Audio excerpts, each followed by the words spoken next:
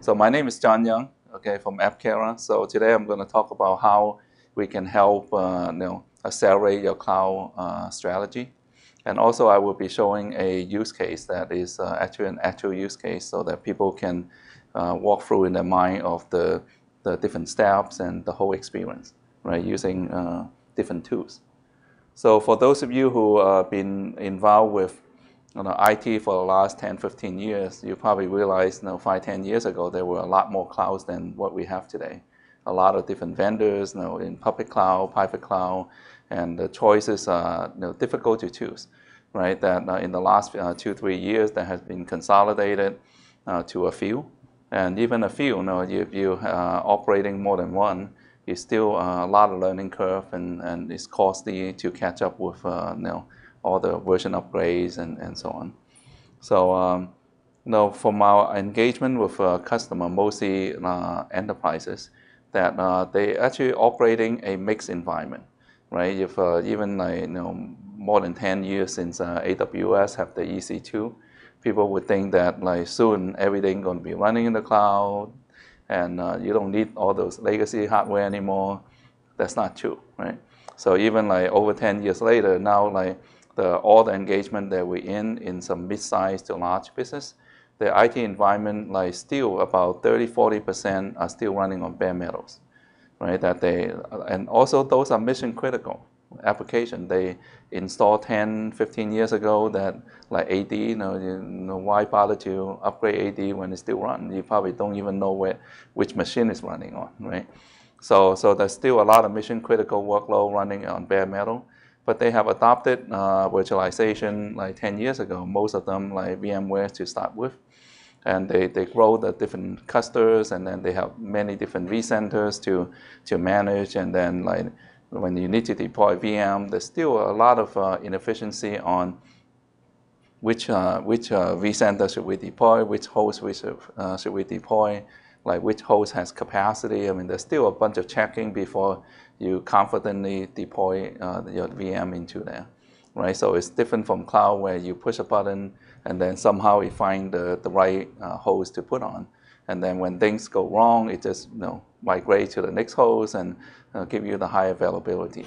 So virtualization itself doesn't give you that flexibility, right?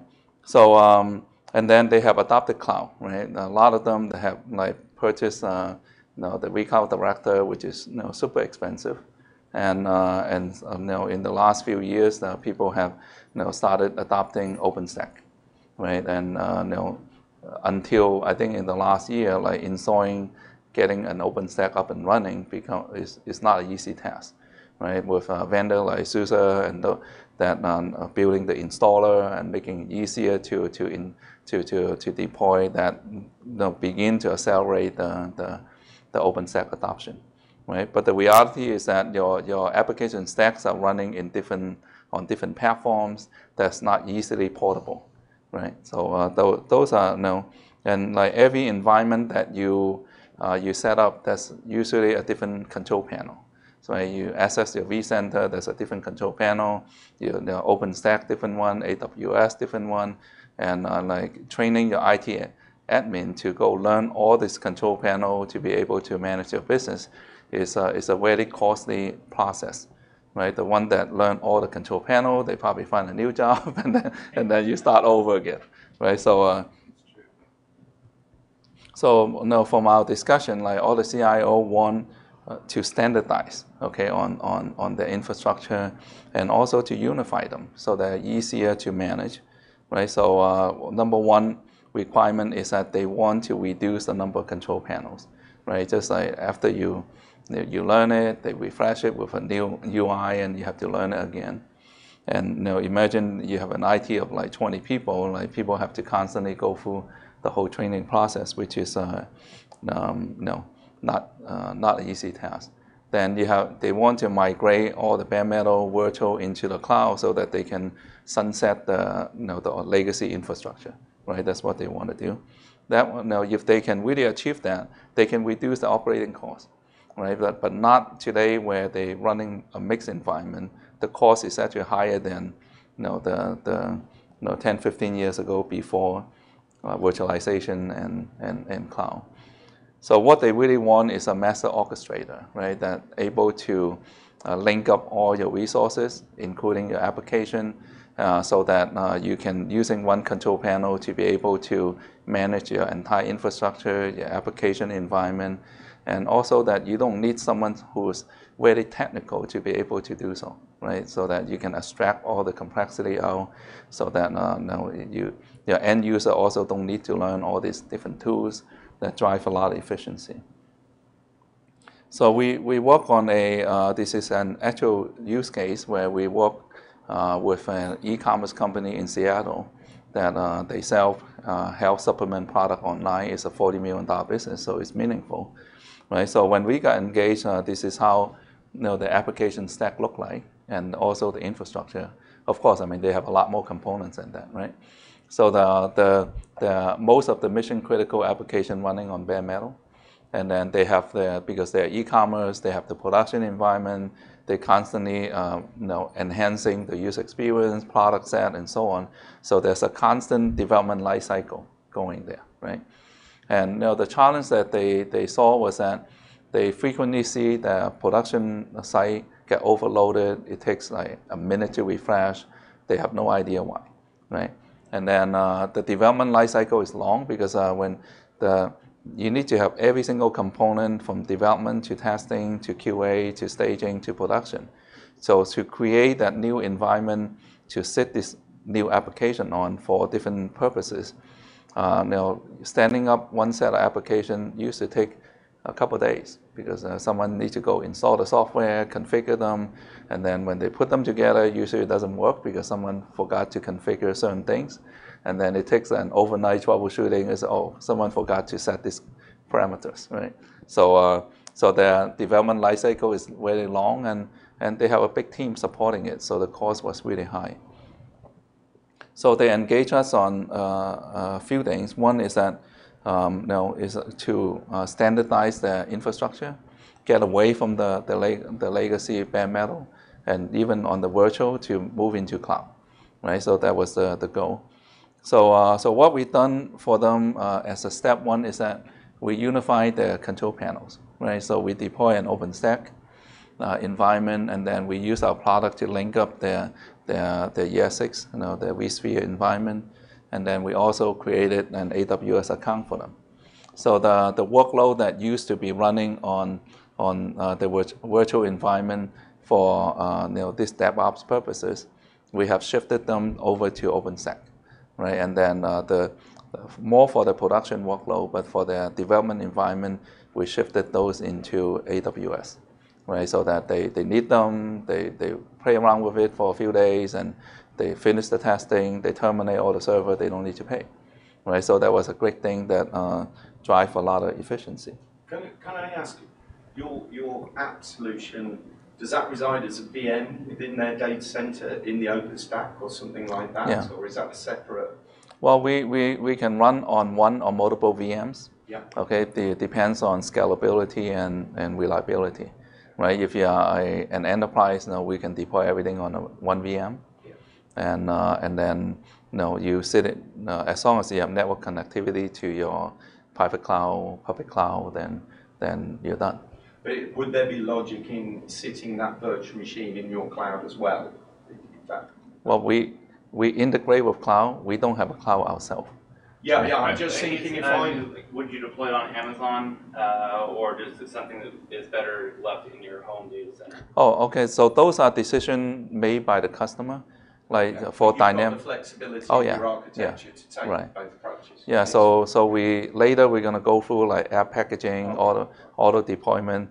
So when you deploy, you just click a button, you select a target. Yeah. The target can be AWS or OpenStack, doesn't matter, right? So it's just different targets. So we set up this hybrid environment, consolidated the control panel, so that the IT admin don't need to go learn all this new control panels, and the user that want more of the developer, they want to deploy VM for testing, they can just use that one control panel to do that. And we also are integrated with Micro Focus PlaySprint for migration. Okay. So we just render the UI inside, right? So that you can migrate. The benefit of like integrated with our solution versus like PlaySprint as a standalone product is that after the migration, PlaySprint is done, right? But for us, like on this integrated experience, then when you finish the migration, there's a VM created on the other side, and we auto discover the VM, and then you're on the exactly right. So it gives you a more end-to-end lifecycle experience, right? And the other thing I forgot to mention before is that once you integrate it with a cloud, doesn't matter it's a public cloud or private cloud, we automatically discover all the running VM, and we put it on the list. And then you can begin using our portal for lifecycle management. You don't need to go back to the native portal again, right? So it drives a lot of efficiency. So the second thing that they want to achieve is that we have a lot of different application environments, okay? And it's hard to, no one keep that up to date, right? And so they want to somehow visually they can see. So what we have done for them is that, well, this is actually a standard offering, right? That you can design a workload. A workload is basically a container that you can put many different servers, many different apps into it so that you can manage it holistically. All right, so for this one, we deploy like the web servers into AWS because those workloads are dynamic in terms of resource, and the databases they sit on the internal, the internal OpenStack cloud. So later I think I also I didn't put in how. So those are, if you go to the application tab above, then we allow you, so the backend that support the application automation is Ansible, right? So if you go to Galaxy, you download a playbook, we give you a tool to import the playbook into, and then put your own icon there, so that's an application. But the playbook we also allow you to modify, because the playbook you download is a starting point, right? So we actually are doing a joint POC with SUSE in APJ with a bank on big data. So we package we can automate a Caldera Hadoop cluster deployment. So the customer is Bank of Communication in China, and they do a lot of analysis on customer behavior and those. And every time when they need to start a new project, they need to engage a team to go deploy a Caldera cluster, right? And they want to eliminate that, right? Cost is one thing, but time to market, right? So we have just finished packaging a multi-NOC Caldera Hadoop, and we show it to them. Basically, you click a button, and then you answer some question regarding size, and then you walk away for an hour and a half. The Hadoop cluster is there. So those are the kind of automation that we can do, right, on a multi-server level. So, and nice thing is that you can organize those projects like into this kind of workload containers, so that you can put your own name, right? I used to do that when I do demo. I put do not terminate, right? Otherwise, they always do that, right? So want to walk through a second use case. Okay, we begin to support vSphere, right? Not only Recount Director, but the hypervisor. About 6 months ago, there's a lot of demand. I mean, a lot of enterprise they have vSphere. We talked about that earlier in the meeting, right? That they want to transition to OpenStack, but they need to coexist for some time, right? Coexisting, you also want to have a unified user experience so that people forget about, okay, what's under the hood, right? Because they shouldn't have to care. So by providing that the upper layer, the control layer on top, then the user doesn't need to know is a vSphere or is a OpenStack. And the benefit is that the vSphere is not a cloud, so that you still need to go underneath to look at, okay, earlier we said like how many VM, does it fit into this hole or not? And we can hide all those complexity, and then you can have multiple of the vSphere, vCenter reside on this environment that you can operate them as a cloud, right? And we give you control where you can actually look down to the cluster, to the member of the cluster, right? To see like how many VM running on them, so that you don't have to go here, go there, and it drives a lot of efficiency. Can you do the same with HyperV? We are integrated with Windows Azure Pack, but we don't go direct to like System Center. So, yeah. Just wondering whether you could pull something out of an existing HyperV environment and then sort of reinsert it as HyperV as part of the system. You mean HyperV as a hypervisor for OpenStack? Yeah. If you integrate the HyperV into the OpenStack, then we can see. Right. Yeah, but we have seen a customer who they have HyperV today, right? And then they downloaded WAP, and then they got it integrated, get the knowledge, and then deleted the WAP. so people are pretty creative, in doing things. So, and the third is like similar to the Hadoop case that I talk about. This is a very typical web environment where your Apache web server sitting on AWS, public cloud, and then your database sitting internal. And not many products we see in the market. In fact, I haven't seen any that within a workload you can have a hybrid environment. We actually started about a year and a half ago, because all our customers, they're more migrating into a web environment, that they want to be able to separate the web and the back end. Makes a lot of sense. Right. In most people's vision, it is some of it in the public, some of it in the private. Right, and we have built-in monitoring on this platform.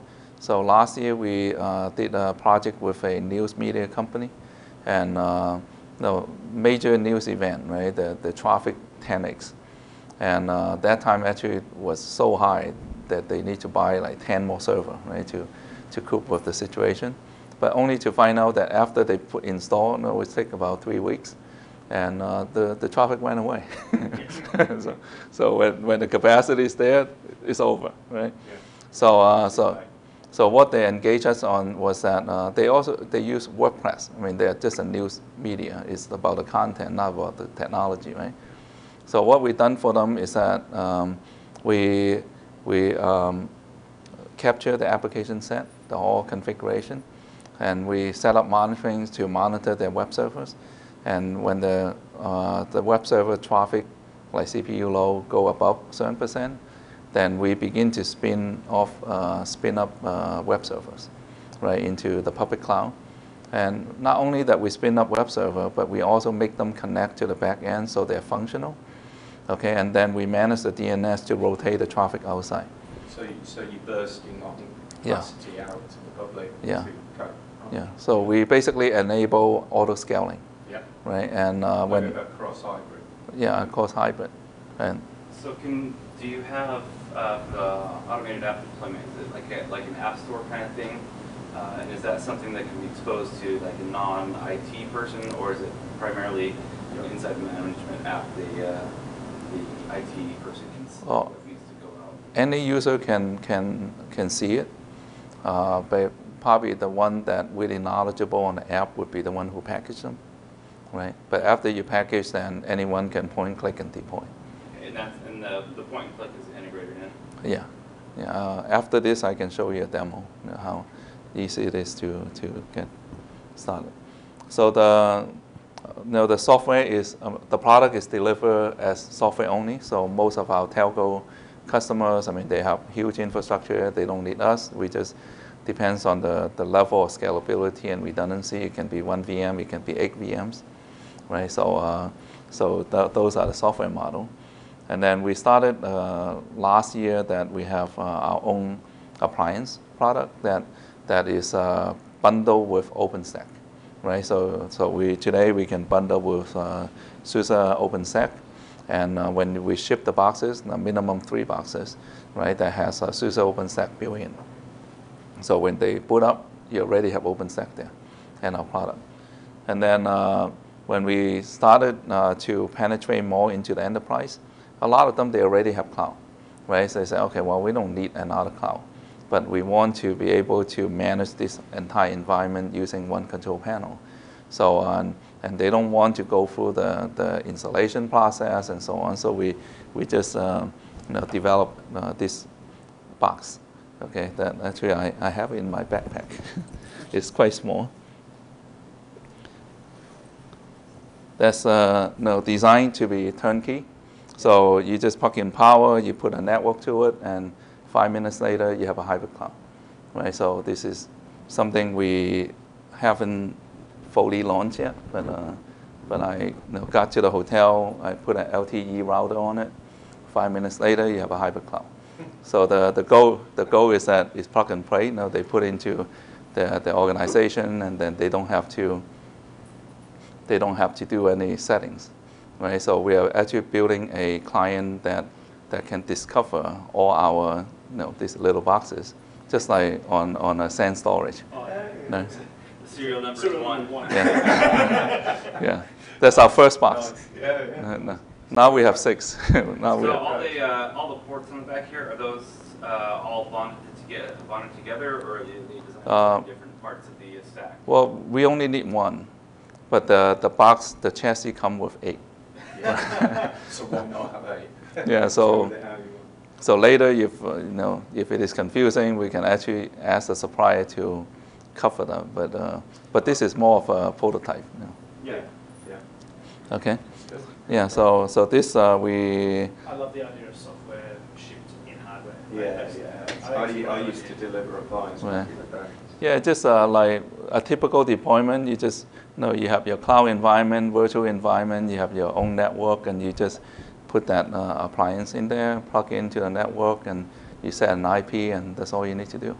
Right? You can configure to link to integrate with your vSphere, your OpenStack, your public cloud, and you can get it up and running in less than an hour.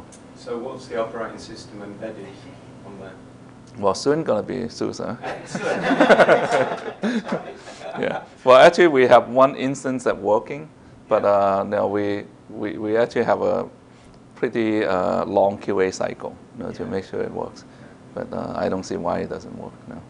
But we. Don't want to get it wrong, do you, initially? Yeah, but on the cloud deployment side, we have been supporting SUSE less, right?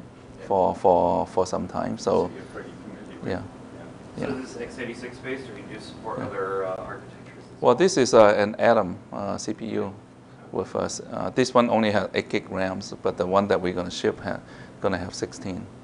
And it doesn't consume that much resources, right? And we're actually going to shrink it down to even put into a smaller box. Yeah, it makes sense. There's Yeah. technology Raspberry Pi? goes more. Huh? Raspberry Pi? Yeah, that Now that it's would. an option. It's an option. That would be good. I mean, I think if we shrink it down small enough, I think Raspberry Pi only come with 1 gig RAM, right? Yes. I mean, there's some other boards that are the same size. Okay. They can extend. Yeah, and they can form a cluster. And, Yeah. There you go, before they cluster and some of that. yeah.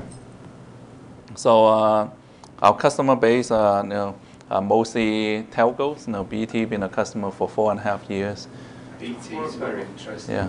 Before we move on, so you said that the 1 gig of RAM is enough. So what is it, a RAM intensive type application, or?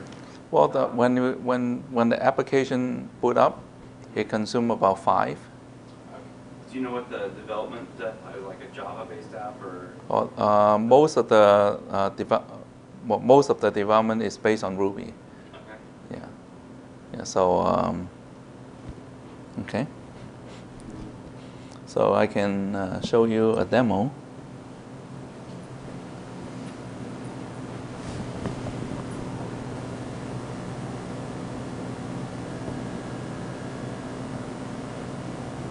Okay.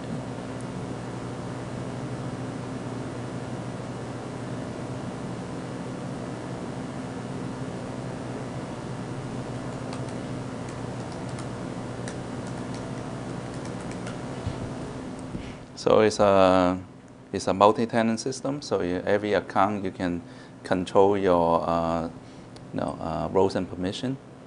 So after you log in, this is the dashboard, right? You see like how many workload you deploy that belongs to you. You can actually save some of them that you can deploy later, that you don't need to redo the whole blueprint. But the interesting part is on the resource pool, right? Those are all the different clouds that we support today. This is a demo environment, so we have a lot of them. And now when we integrate, we actually go quite deep into. vCenter is not a good example because it doesn't have a whole lot of interesting thing to see.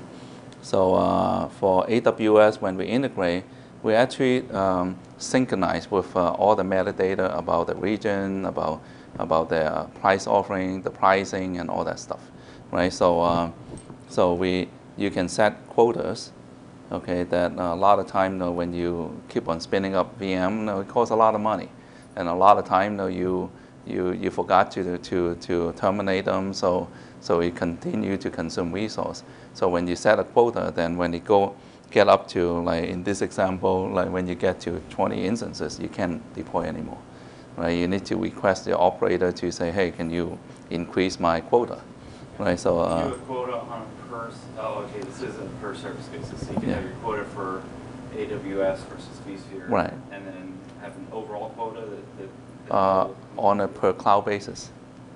Well, per, not just on per cloud basis, but maybe if you want to have a cap on something just across all the different clouds. I don't think we have that. Individually on each one. Yeah, okay. Because if you add another cloud, there might be, not sure if that same number applies anymore because you have more capacity now. So different pricing levels as well. Yeah.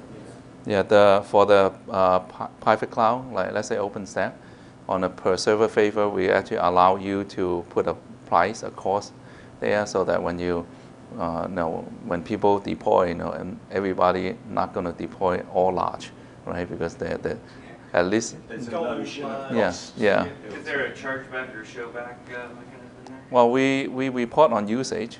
Okay, that most of our customers feed that usage.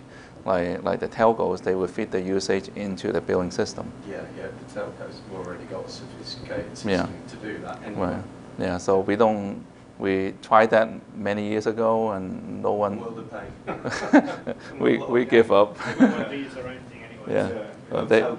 Yeah, they're not going to change. So they built a business around their reports. So when we say we have the integration, for AWS, you can want to create a new VPC, you can do it directly from our portal, right? You don't need to go back to the native portal. So our goal is that, like, after you integrate, you shouldn't have to go back. One touch point. Right. And then, like, if you want to create like key pairs, you can also do it directly from our UI. So after the integration, right? Then, like, it start discovering all the VM that reside in those resource pool. Let's say it's your vSphere, right?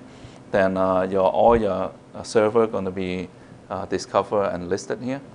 And after you have them listed, then you can do VM operations, right? You can go reboot, you can stop, you can terminate them, so you don't need to go back to the native portal.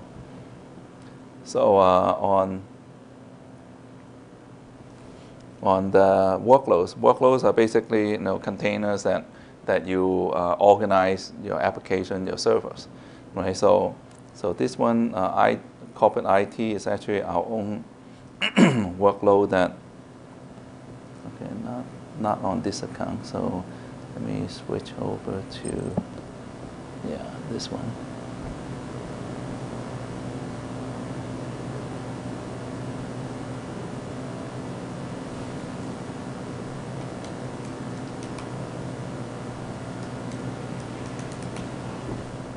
So ourselves, actually, we are also using our product to manage our IT infrastructure. So crazy, drinking your own champagne.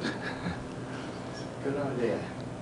Yeah, like it started about 4 or 5 months ago when say we want to upgrade our AD and no one know where our AD was. right? And then we spend about about almost a whole day. We're going through all the customer. Yeah. So after that is we should do it. If only there was a product. Who should I Yeah. speak to? So this is actually a functional workload. Okay, so our SharePoint for document control, our corporate website actually is there. And no, we have Exchange and we have AD, right? And this is one example, and our development environment also sitting here. But in your logic, you deploy the workload rather than the individual component. Yes. Yeah. Yes. That's smart. Yeah. So this is our development environment, our license server. Like when we ship or install our product into a customer, actually we put a license key there. So if they don't pay, we can actually terminate them. so that actually helped us a few times. So like Jenkins for our build release, and Redmine for us to keep track of our tasks. Right. So our engineering is actually using this to manage the DevOps. Yeah. So I'm going to walk through an order. I mean, the network here is pretty slow. Yeah. Okay. So when You're very brave running a demo on an internet connection. It's not something I normally do. Yeah. Okay. So now when you deploy, you have to put a name there. You can assign it to whatever stage in the life cycle, and then it will open up a designer. Right. The designer allow you to put add applications or server. So actually you can go if you know what applications that you're going to want to deploy, you can actually go directly to the application. So let's say I want to deploy a web server, and it knows that I have no existing server, so it gives you a new server tab, and then you can say, okay, which target you want to put this on, and say, okay, well, web server, I want to go on to my AWS. And then you can select the location, and you can say, okay, I want to auto deploy, and you add the order.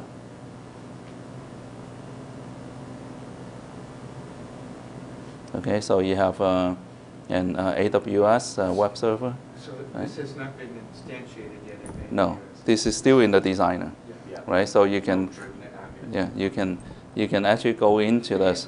Do you have to have pre-configured workloads that are all ready to go, or can it actually dynamically reconfigure the workloads on the fly?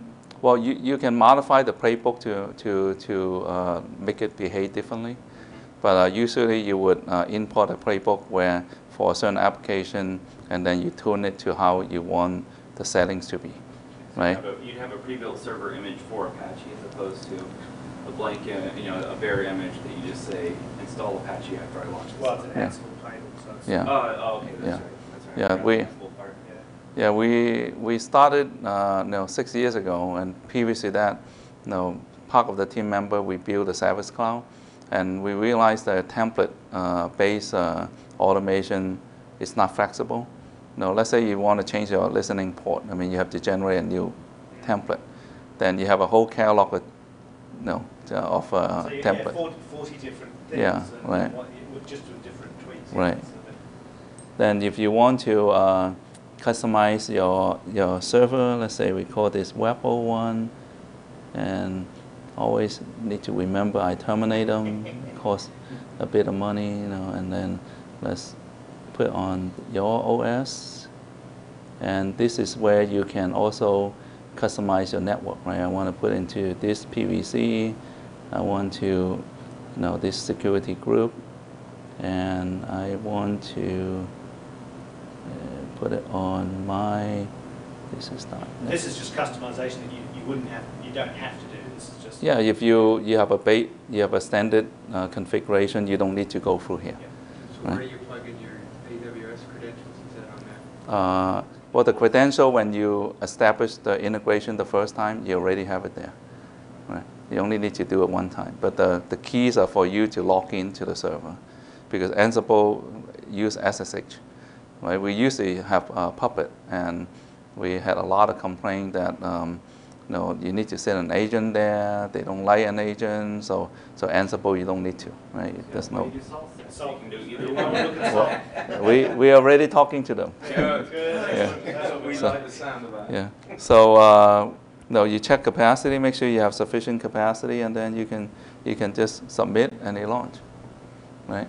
And they give you, for the people who are more technical, I mean, there's a lot of messages that you can see what's going on, and after it complete, the initiating or the deployment, then it will transition back to the topology map, right? So after that, then I can also show you the NFV. We have developed this service chain concept, will allow you to deploy different NFV functions like firewalls, load balancer. On the firewall, we already completed the Juniper SRX, the Bouquet Viata, and the FortiGate, right? So those are firewall choices that you can deploy directly from here. And then on load balancer, we have with F5. And now the more exciting thing, right, is that with F5, they were excited enough to work closely with us on auto licensing, because now any NFV, when you deploy, you have to bring your own license, right? And cloud is about real time, right? Right? You don't, okay, let's go deploy, and then Quick, I've got to call up the rate and get an order through. and then they send you. Process is often the problem. Yeah, send you a key probably 2 weeks later, and then you're burning your CPU hours, right? Yeah, so we are working with implementing a license server where they can actually issue a bunch of keys, and then we just go check in, check out the key. And then we put in all the information they want for billing purposes, like UUID, start, end day, time, and which customer, and all that stuff. So they've been pretty happy with that. That license automation is not complete yet, so. So speaking of licenses, what's the cost model like? Is it on a per integration basis, or per workload basis, or a flat subscription fee, or? Well, for AppCara, it's licensed on a per cloud node basis. So we count how many URL integration points. So let's say you have one OpenStack, right? That's one, because we have a URL to integrate with it, with credential. If you have two, then that's two, right? And then the second dimension is the size of your OpenStack based on physical CPU sockets. So let's say if you have one OpenStack, 10 server, dual socket, then you have a 20 socket license, right? So, okay. So let me switch over here to talk about the NFVs. Have you got pay-as-you-use models delivering into clouds? So You mean? Are you flexible about that licensing, or is that difficult for you to deliver? It's not difficult. It's just a matter of, that's the business model that we want to go. Yeah. Right. Okay, Yeah. The product itself, and we have remote licensing, so we can turn on and off, anytime. So we can do that. So let me walk you through a real deployment, so that it's not just one that already deployed. So let's say we're going to do a NFV, a Viata firewall. Okay. So the why we engage on the service chain, right, is that even deploying an NFV is very simple. Okay, it's a template, you deploy and then you're done. But the reason why we got involved is that actually using the NFV was really difficult for the user, because when you deploy an NFV, then you log into the portal, you see all the network, NIC 1, NIC 2, NIC 3, and then all your VLAN that you created is like a number, right? So should NIC 1 connect to this, connect to that? There's no meaning to all those things. So it makes usability very difficult. And then all your VM behind it, you have no idea how many you have and where they are, right? So you can be adding a VM somewhere, and then how you're going to structure the policy to protect or allow traffic to come in. And that becomes difficult because we deploy the whole environment, then we know all the machines in there, right? We know what network they're in and so on. So when we, when we deploy an NFV, we actually put them in different functional category, right? You have firewall, you have load balancer, that we can support multiple vendors. Like firewall, we are supporting 3 right now. Yeah. And the reason why we can do that is we, like per functional category, we actually create a data structure, okay, for that firewall, right? You have the inbound, outbound, and you have security policy, you have netting, you have all those things. The data structure is already there, right? Viata, there's a different API, right? But you also have those same characteristics, right? So when we support multi-vendor, that becomes easy because we allow, well, another value we bring, right, is that after we deploy, you don't have to go back to the native UI of the NFV. You can actually control through our UI, right? So and when during deployment, we make it a lot more easier. So we say we want to deploy a network from the network template. And then you select which cloud target you want to deploy to. So let's say you want to deploy to OpenStack. And if you have more than one location, you can do that as well.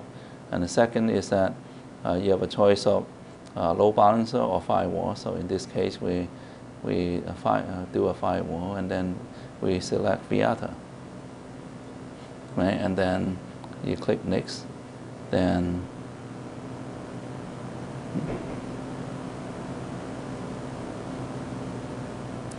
you should transition to, like for security, we actually allow you to put a jump box, right? So you don't let the management system go directly to the firewall.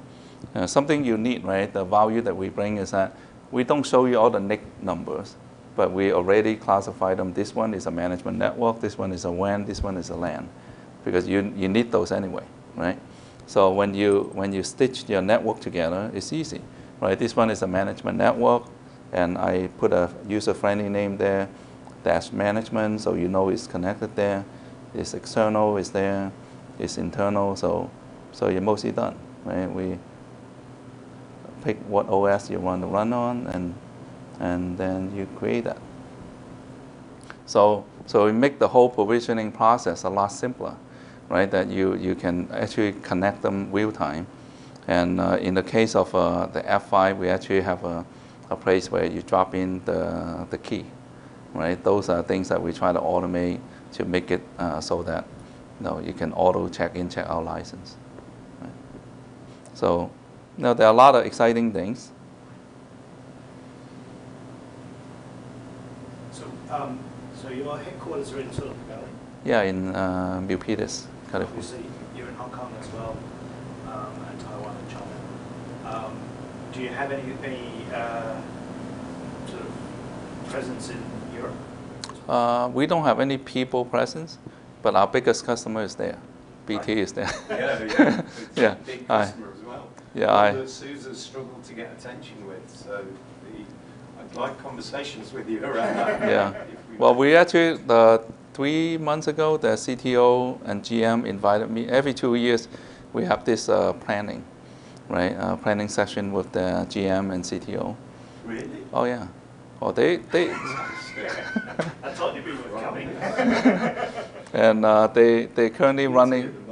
In the UK. Yeah, I was there like 3 months ago, and we spent about 2 days going through our new versions, and they want to adopt certain functions, and they're reducing the number of vendors because how they. Oh yeah, it's when it started like 4.5 years ago. Everybody have the intention to work together to make it work, but in these 4 years, we all go different directions, right? And then, I mean, you don't always think about, okay, am I going to be compatible with them? I have other customers wanting this. Right? Every person in the UK who does my job has scars on the back from dealing with BT. Okay. Everyone. The whole community of SEs have scars from BT. Well, hopefully, are they? So you're doing very well if you're getting at that level. Yeah, they've been very friendly with us. And 22 of their cloud data centers, the back-end orchestration is our product. Yeah, so we can. You're sitting on SUSE in those. Is SUSE the OS that's supporting the actual app in those? No. It's a software deployment. Right. Okay. Rubbish. Yeah. Interesting. Yeah. Yeah, I'm sure that we can work with them to see. Well, actually, in my last trip, we did talk about potentially migrating out of Cloud Stack, and there are choices. Are they still dedicated with Oracle? Because on the Linux level, they're very Oracle. Okay, Very I'm not sure about that. Yeah. Okay, fine. It's just a throwaway. Yeah, yeah. We don't get too involved with the business side. When they have how you're delivering your value. Right. Yeah. So you don't go further. Yeah. But I think that like Reliance, right, Global Cloud Exchange, Rano going to be visiting the COO, and that can be a good intro to having them support SUSE. Yeah. Yeah, So you're in a Reliance. Yeah, Reliance is our second biggest customer. I've got scars on my back. Scars on your I spent 3 weeks in Mumbai delivering to Reliance. Okay. 12 or 13 years ago. So. Oh, that was a completely new group now. Yeah, I've done some stuff with monitoring back in the day. Okay. I was a different person. Good. So Ronald's going to go see them next week. Really? But we I haven't done that. Well, Apkara is taking him next week in Hong Kong to go see them. Fantastic. They're huge. Yeah. Absolutely. I don't think we need to be recorded. No, that part could probably be taken out, right? Chop that one. Chop that. Thanks very much, John. That's great. So, yeah, really